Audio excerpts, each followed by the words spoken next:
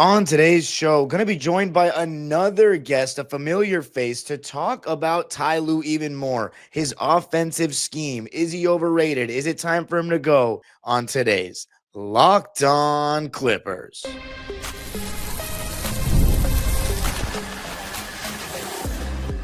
You are Locked On Clippers, your daily Los Angeles Clippers podcast, part of the Locked On Podcast Network, your team every day.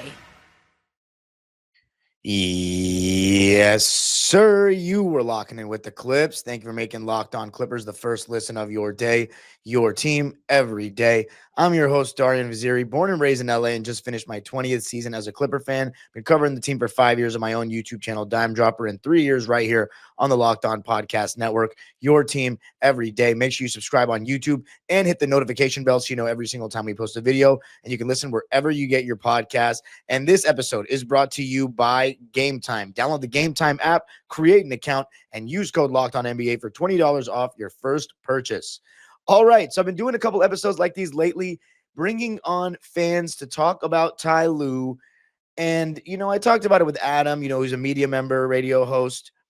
And, I know a lot of the guys within that are closer to the team are not going to, be on the side of let's get rid of Ty Lue. Some might argue that's because they're more logical. Some might argue that's because they have ties to the team and have to talk to these guys and be around these guys. But this guy's a little bit of both because he is a basketball fan. He had his YouTube channel, and now he's been everywhere. I see him at games working for the team. I see him covering the team. Bringing in my man, Bj Mathews from the Pull Up Podcast. BJ, before we get started, man, tell us all the stuff you're doing. I've lost track at this point. First off, thanks for having me, Don. Very grateful for this. But yeah, man, my first year with the Clippers, covering the team and the media, and getting a chance to be at the games and the backstage and talking to players and interviews like that. It's been a lot of grind, and this summer it's going to even be a lot more grinder. I'm going to be probably in the summer league this year and a lot of other exciting things. So it's coming along. And that's for Peach Basket, correct? Yep, Peach Basket. Shout out to my man Jose, covering the Peach Basket as well, bringing me in. So we're doing some big things right now. No, I feel that. So let's talk about Ty Lue here. Let's do it. I just wanted to let it flow, this discussion, because you're somebody that's not just going to maybe give me the basic answers. I know, did you see that episode I did with a couple of fans? I had DJ and Edward. So I did. Let me ask you where you're at with Ty Lue, and then we'll go from there. Just with Ty Lue, I think, I enjoyed that episode. I thought both guys were pretty honest with their takes, but my take was really similar to the first guy. I think his name was Edward, the Hispanic guy. I don't want to mispronounce his name. Yeah, it was But Edward. he was basically kind of telling the same echoes that I was. I thought he could have done a little bit more deeper, but I think it's time for Ty Lue. His tenure as a Clipper coach, I think 5 years. Even though we've had some injuries and stuff like that, I think this year kind of put the nail in the coffin. Like his scheming, his offense, his voice, I think it just kind of ran his course with the Clippers, and I don't think he's going to get like a higher ceiling from what he's at right now. So who would you replace him with, though? Do you really think Brian Shaw, or do you want, somebody from another team? I mean, I get where people are coming from saying that Ty Lue's, I don't know if you're going to get much of a change in offense, though, with these guys. What I've always been saying is with Harden and Kawhi, I don't think you're going to get anyone that makes them play a different kind of way. But I do get where you're coming from with Ty didn't have a great series. And in 2023, he had a bad season. And maybe we do need a new voice. Maybe it is time for a change. I don't think the players want change, though. It doesn't seem like they do. And so let me ask you this. Who would you go for first? And if the players don't want change, what do you think about that? So the first question is, as far as who to go for, of course, you've had a lot of different coaches, Mike Brown, Taylor Jenkins, you had Coach Tom Thibodeau, and I'm not saying they're going to be the coach, but there's been some options, has been out there. And as far as Brian Shaw goes, I mean, kind of like what David Alleman did for the Nuggets, Brian Shaw's been with the team for a few years, so he understands the system. He's already in-house. And based off of that 5-game skid, I know it's only 5 games, but I'm looking at more of the philosophy of what Brian Shaw values, and I look at what Ty Lue values. To me, Ty Lue values more so guard play, offensive-minded players, and I think Brian Shaw actually values guys who are wings, and he values the big man Zook, playing with Kobe and Shaq. So I like Brian Shaw's philosophy more. Will he be the head coach? I don't know, but I think what Adelman did for the Nuggets, it can be some of what Brian Shaw did. But so okay, in those 5 games, did you notice? I mean, did you notice a huge difference in the way we played? I mean, Yeah, so I'm gonna answer your first question. Do I see a difference? Just right away, Brian Shaw, again, he values, like I said, wings, and he values big men. And I think the ball movement, I think the biggest change that I saw was his ability to make adjustments in game. People talk about Ty Lue being an adjuster, but more times than not, it's after the game. It's not during the game. Like when I remember a substitution that Brian Shaw made at halftime, taking out Chris Dunn for Bogdanovich for spacing, and that's something that really changed the dynamic of the game. I think Ty Lue would have rolled through that without the entirety of the game and not really changed till after. And stuff like that you can't really, afford to do because you end up losing, taking L's. So that was the big thing. I noticed Harden was playing more off the ball, which kind of showed me that James Harden wasn't as bad as I think is pretty much presented. He will listen to the coach if they have a game plan. But I just see Ty Lue running him through the ground, running him 38 to 40 minutes, being 35, 36 years old. You can't have that type of offense and say you want to actually have a sustainable team offensive flow. You got to have some ball, you got to have some back cuts. You got to have something to actually go with where everybody feels involved and everybody touches it. with Harden, it was playing the same kind of stuff. Not everybody was touching. It was a bunch of pick and pop with Embiid and Harden at the top. Mm-hmm. And in Brooklyn, I mean, they had some movement with KD and Kyrie off the ball a little bit. But I felt it was kind of similar to our 2024 team. We had those two guys that kind of working off the catch, Kawhi and Paul George. With Harden, we had a really good offense in 2024. But it was still heavy Harden pick and roll and stuff like that. But it was more because you had Paul George and Kawhi Leonard. They got more touches as well. But Mike D'Antoni, I mean, what did you think of Mike D'Antoni's offense? Did you think when Harden was there that was different than this? Because it was even more ISO and pick and roll heavy with Harden being ran to the ground. I'm just convinced that this is how Harden wants to be. And that sample size was small. I'm trying to look for those games because I'm not going to deny what you're saying. I'd have to go back and, watch the games again to like really see the big differences if Zoo was really getting more touches, if he was really playing bigger lineups. I do remember the adjustment to put Bogdanovich in at halftime. That was, I believe, against the Cavs, no? Yeah, it was. Yeah. Against the Cavs. But see, like we played Miami on the road. Like Miami on the road, Atlanta on the road, and Charlotte, and then Memphis without Ja. Like that's not that much to go for with Brian Shaw. He didn't do well in Denver. Mm-hmm. And I like Brian Shaw as a coach and as a guy, but it seems a little risky if the front office was to do that, especially when no players seem to want Ty Lue gone. You know what I'm saying? He seems to really get along with these guys. Well, I mean, this is the thing I say about the team, though. Like, more so when they say you don't want Ty Lue gone, I mean, really, it's more so people ain't really saying anything. I haven't really seen really like say we want Ty Lue here. I just see them being quiet and just following orders. Like, I looked at how he treated Terrence, man. I saw how he treated Robert Covington. I saw how he treated Kai Jones, how he treated Musa Diabate, how he treated Brent. Like, the list goes on, where all these players that he has actually can help his team and stretch his roster. He just refuses to use them. And then it makes it a mental thing where even if I play well, I still gonna get benched. So I don't really see players really vouching for Ty Lue. I just think like they're just following suit and pretty much just, playing and, being quiet. I don't really see nobody talking about, other than James Harden and maybe Norm, who get all the freedom in the world. I don't really see nobody else really saying Ty Lue, I want him staying here. What about Nicholas Batum, though? Says he saved his career. And Nico, too. I'll give Nico, yeah. And the only thing is, too, is Kawhi Leonard consistently re-signs. I mean, I don't know if he'd be mad about a coaching change. I have no evidence behind that. But it would feel a little risky to fire Ty Lue for Brian Shaw. Just given it was only a 5-game stretch against the teams I named. There was one great win in there. And you're right. He did make, the call to put. But how do we even know that was Brian Shaw's idea? What if it was one of the assistant coaches' ideas and we have no idea about that? You know what I mean? Like, there is so much that we don't know. And the head coach, I feel like, takes so much of the heat or gets the credit, even when the assistants are not getting enough credit. You know what I mean? Yeah, I mean, B. Shaw did say that. I think one game we were in the media section. He said like a lot of the game planning they have actually in the playbook together. So that's true. But I've just seen a lot of Ty Lue, and I just know his philosophy and what he tailors. Yeah. And I think he actually values Harden over Kawhi. As crazy as that may sound, I think he values that ball dominant point guard type of play over the two-way demon that Kawhi is, as well as the big man that Zubac is. I think the offensive system that he has is just not a winning conducive offense. Like you asked me about Harden and Houston and D'Antoni, it's good for the season. But when you have a playoffs and you got a chance to really actually scheme for that, you see what Denver did. You saw Christian Brown, you see Russell Westbrook. You can actually zone in on that type of defense. Even last year against the Mavs, people think, well, the Mavs just somehow, I'm going to tell you the PG example.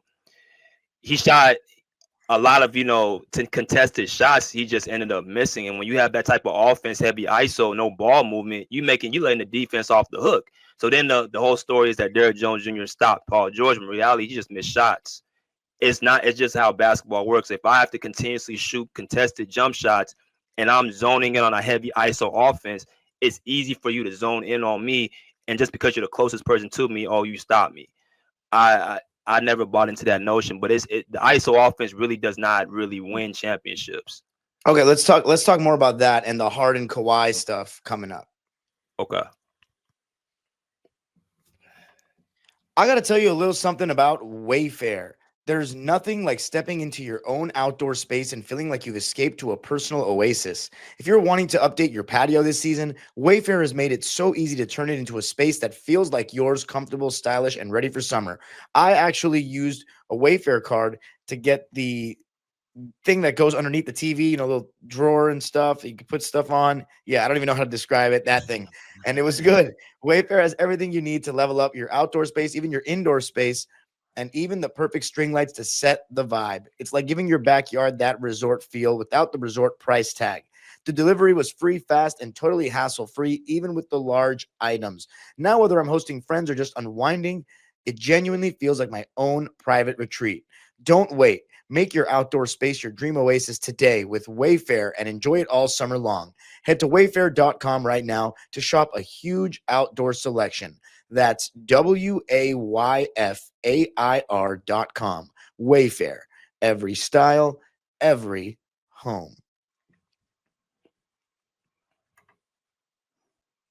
All right, back here with my man BJ, host of the Pull Up Podcast and a Clipper fan, to talk about the Ty Lue conversation. So, as I've said many times, I said this on Dime Dropper, I think, I'm okay with it being Ty Lue's time to go. I just haven't heard too compelling of a case. Like, I honestly don't know if I trust Brian Shaw, bro. 5 games. I see where you're coming from, but I think that's a little risky. Now, there were some good names. There are some good names out there. Not Mike Budenholzer. I mean, Mike Budenholzer is out there, but Budenholzer, Tibbs, Michael Malone, Frank Vogel. But see, then we could get into a whole individual debate about which of these guys is better than Ty Lue, because, those are all good arguments, because Ty Lue does have the championship and he has still taken the Clippers to our best postseason finish ever. There is a level of we're a little bit in debt to Ty Lue as well, even though it's not a championship. I think the organization probably feels that way a little bit as well.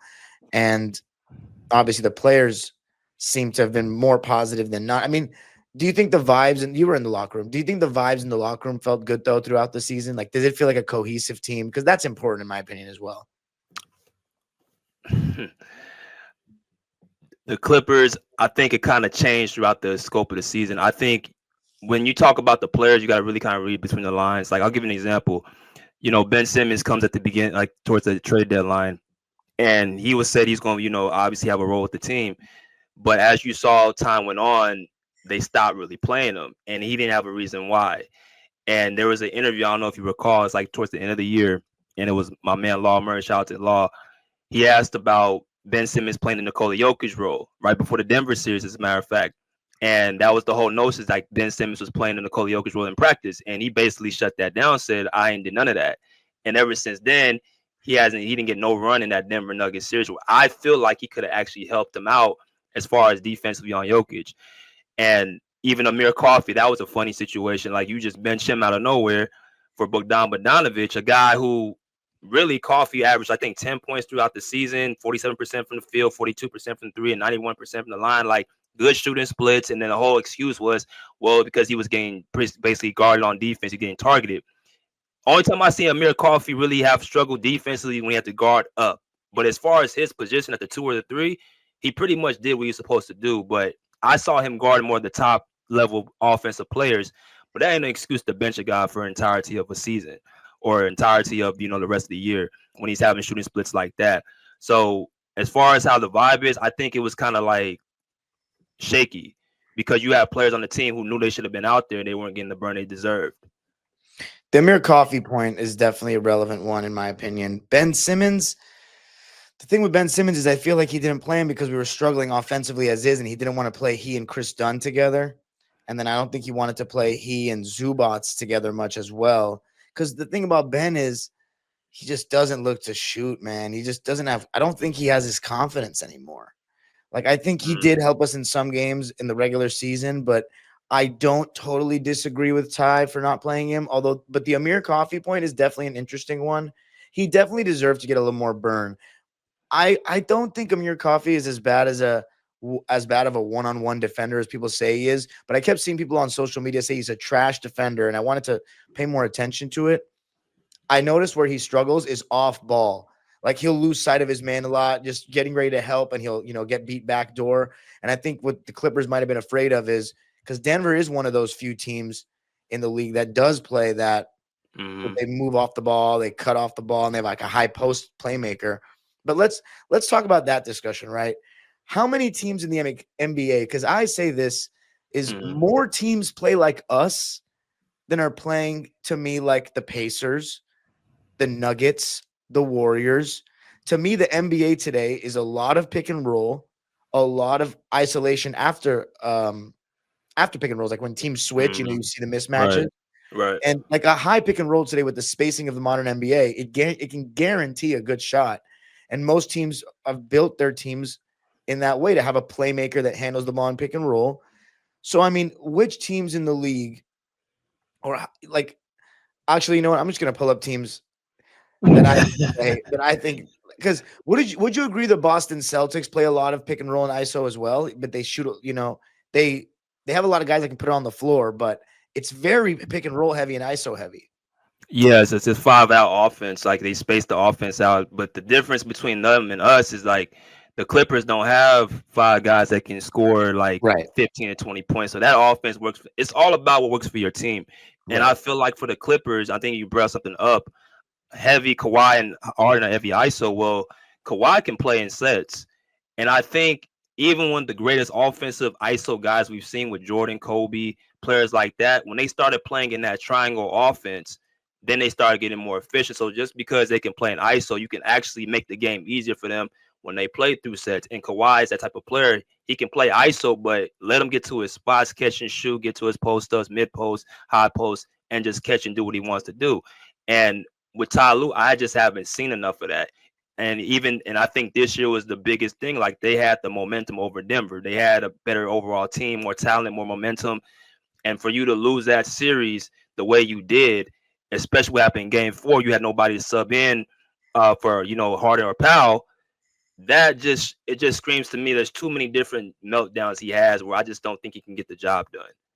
Okay, let's keep going on the Harden thing for a second, or the offense thing. Okay. I'm looking at the Atlantic Division. I think no team in this division plays like with a motion style. The Knicks are incredibly stagnant with Brunson. Would you agree? Yeah, for sure. Yeah, but it's 5-out, right? With Karl-Anthony Towns, we don't have that.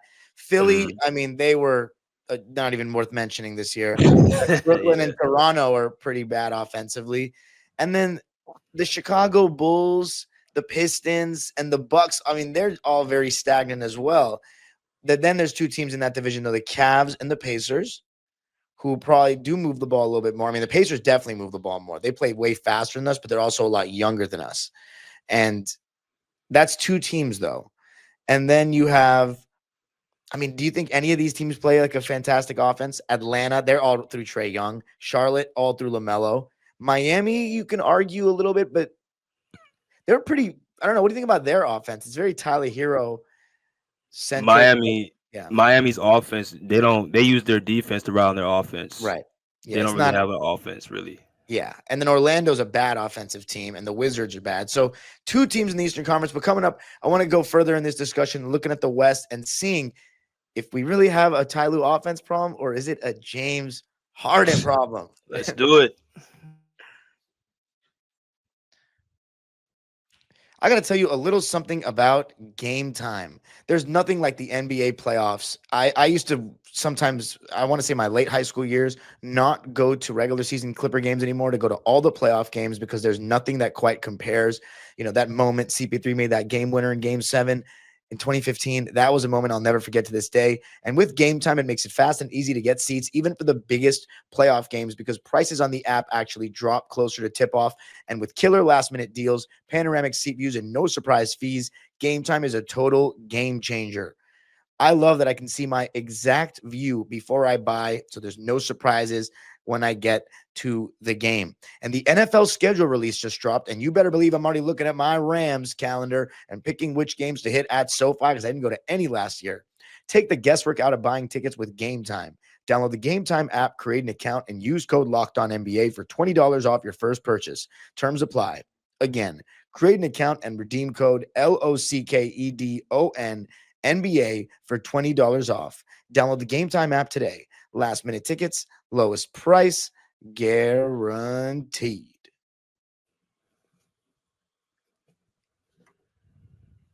All right. So looking at teams that play more of a motion, ball movement, heavy offense that's not centered around isolation or pick and roll, we've labeled 2 teams in the East, Cleveland and Indiana. Then we look at the Dallas Mavericks, Houston Rockets, Pelicans, and Spurs. What do you think about there? Do you think any of their offenses are very diverse or special? Kind of hard to describe Dallas this year, right? I feel like we don't really know their full identity yet. So yeah. I think it's more of a dribble drive offense with them, not so much just like pass and just shoot or pass. I think it's more of a dribble drive. Houston is kind of like very similar to me, like Orlando. Yeah, they don't have really much of an offense. I mean, they got some good offensive talent, you know, Jalen Green and Alfred Sengun, but they don't really have a system. Same thing, they develop their defense on their offense. Yeah, exactly. Spurs have a lot of young talent, and I think they have the potential to be a very, very good high offensive team. But you know, they had De'Aaron Fox, and you got to really get their core going. But I think they have a good chance to be a good offensive team. Memphis was a team that everybody was saying this year was playing different, that they weren't running pick and rolls. They were driving and kicking and relocating, and they were having like a record low number of screens. So I'll include them for now. But the thing is, Ja Morant didn't like that clearly. And that's part of why some of those coaches alongside Jenkins got fired. They wanted to, because they drafted Edey, who's like a great screen setter. And so that would ideally be really good in pick and rolls with Ja. But since they're running very minimal ball screens, that's not great for a guy like Ja, who's not going to be cutting a bunch or spotting up for 3 or relocating. Like, I don't think Ja wants to play that way. I think Ja wants to play kind of more like Harden does, which he's controlling the offense and running the show.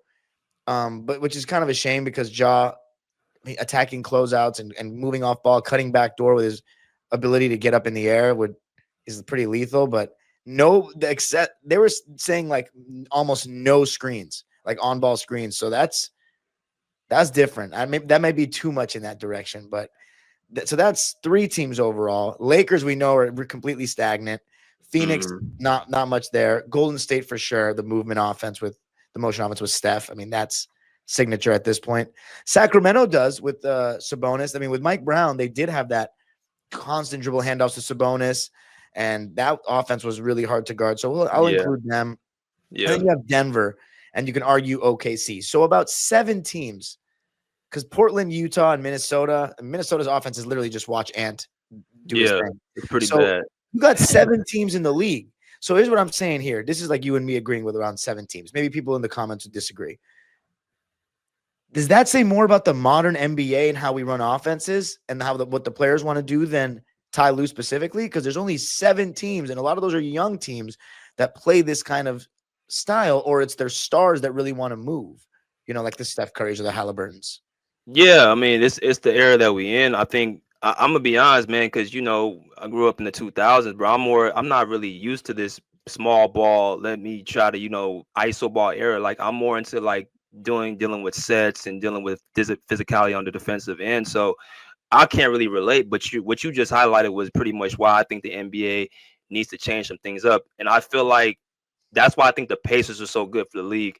If they're able to pull this out, which I got the Pacers winning this series, if they're able to pull this out, it's going to be a few things that change. Tyrese Halliburton is going to change the dynamic of a point guard, meaning it's going to be more of a traditional point guard rather than being a scoring point guard. Playing off the pass when you come up the court instead of looking to get into an action that involves you either scoring or assisting. That's what a point guard, you know what I mean? So a point guard gets people involved. So now that changes the dynamic of the game, and also more ball movement. Everybody gets touches because you know how it is.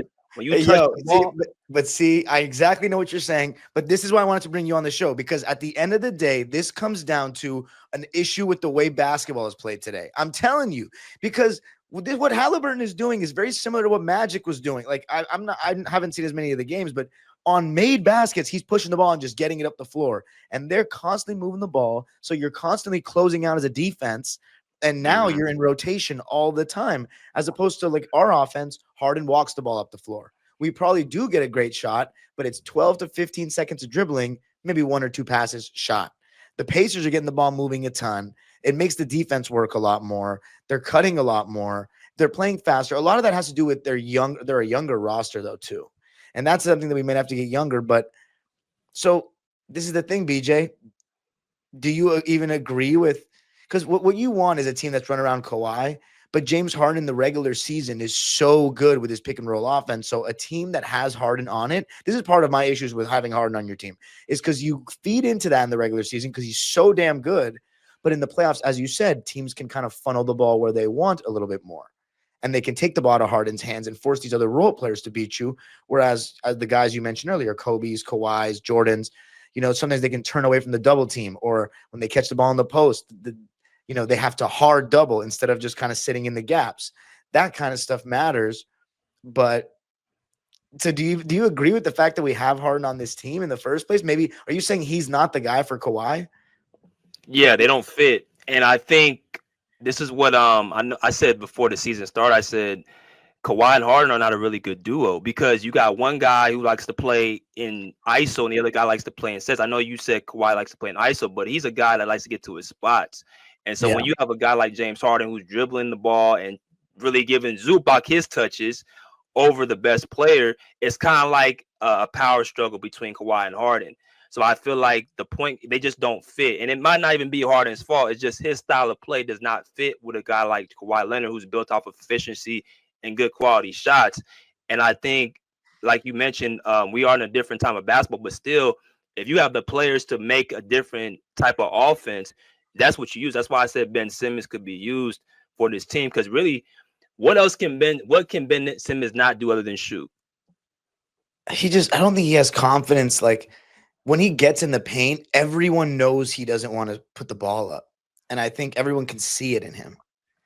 You know what I mean? He's not even a threat to shoot the ball unless it's a wide open dunk or floater. I like those floaters, those glimpses we saw, but it's not consistent enough for me. But let me ask you this question too, because I know what you're trying to say with Ben. He can push the ball up the floor, and maybe we can get the ball moving in that way.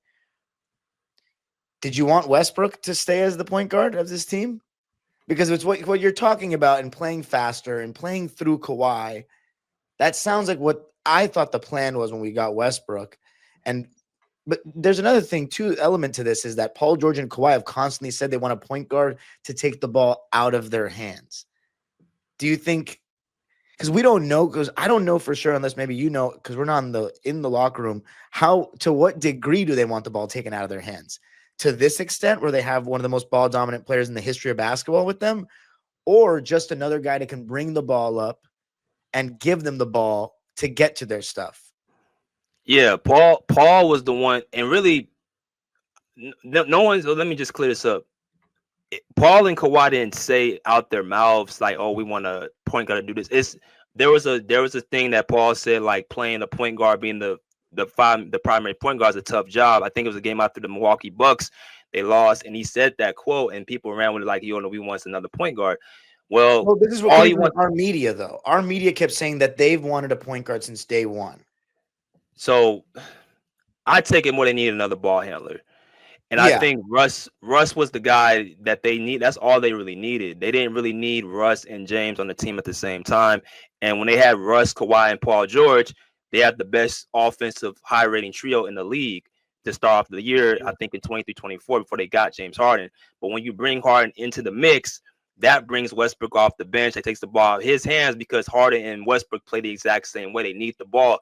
You can't have them both at the same time and get the most out of them. So when you brought him in, that puts Westbrook off the bench. Well, ironic is here comes Westbrook, and I think, and I like what that guy said on the show when Adelman said that Adelman believed in his guys more. He means Westbrook, because if that was Tyronn Lue, he would have just benched him on the bench like he did last year. But they took a risk putting him out there, and he won them 2-3 games. But his fit was better with the Nuggets than it was with our team after Harden was there. After Harden was there, Westbrook was hit or miss for us, especially after that injury. Wouldn't you agree? His confidence was not the same. And Russ runs on feeling like he has opportunity to fix his mistakes in game. Well, think about it. If, let's say, you got the keys, like let's say the Sun series, Westbrook balled out. I think he averaged 23 points per game. You get a full training camp the following year. And they replaced you. Like, exactly. So you finally get an opportunity to show yourself. And then all of a sudden you bench me after I did what I did. And then you bring this guy in out of nowhere. Nobody knows how Harden even got here. I took a lot of heat, though, bro, for saying all that stuff you just said when we got Harden. But people twisted it as me saying that I think Westbrook is better than Harden right now, which I don't think he is. I felt that way about Westbrook, that the balance was perfect with 2-on-3. I thought we didn't need another guy who was going to take the ball out of their hands that much. A lot of people would. So let me ask you this. This is my final question. What do you say to all the people that, called me an idiot for saying that by saying, look, dude, we get your point about fit and whatnot, but you're an idiot because Harden is that much better than Westbrook. It's not even close. You always need the better player because Westbrook right now is not good enough to be a starting point guard in a contending team, and Harden is. What do you think about that? Well, I would tell them to do their history. First off, number one, and this is the slander of the media, what they've done to Westbrook. They have slandered this man's name like I have never seen. First off, when Harden went to his only championship, who was he backing up? Westbrook. The Harden fans, forget Rockets fans. The Harden fans are going to say that was a long time ago. Harden sent him packing in 5 games in 2017 and has been an MVP candidate, top 2 for almost. He could have won 4 MVPs. So you're a good Harden guy. You know that.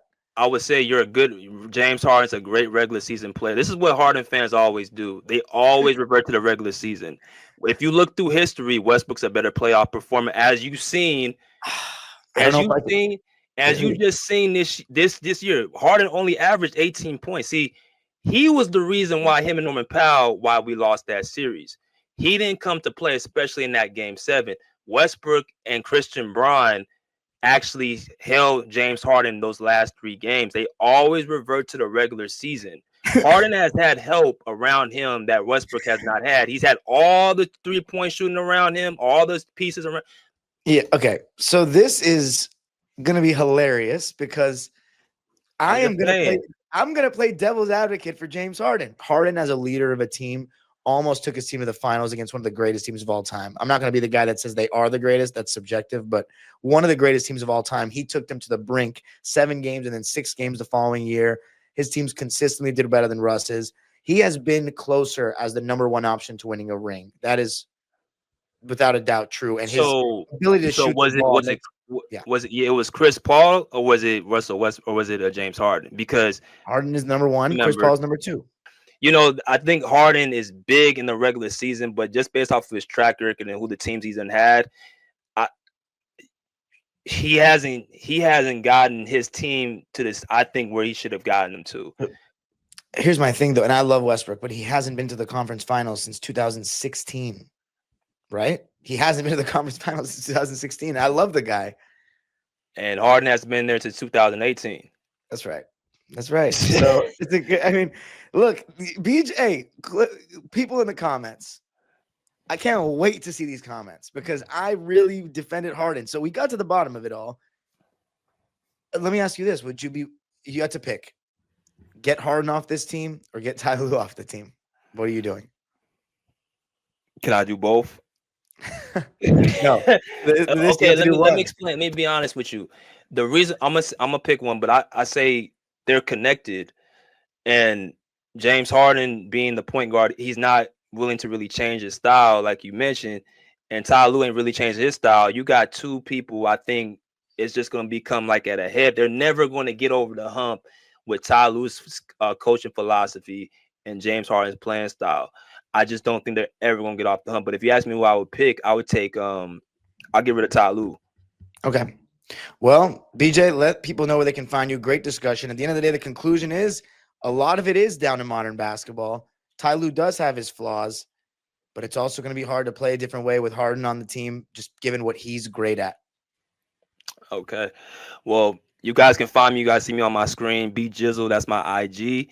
That's where you guys can find me. Go add me. Go check me out. Got a lot of good content over there for the Clippers, as well as go check me out at the Pull Up Basketball Podcast. That's my YouTube page. Follow me on Twitter.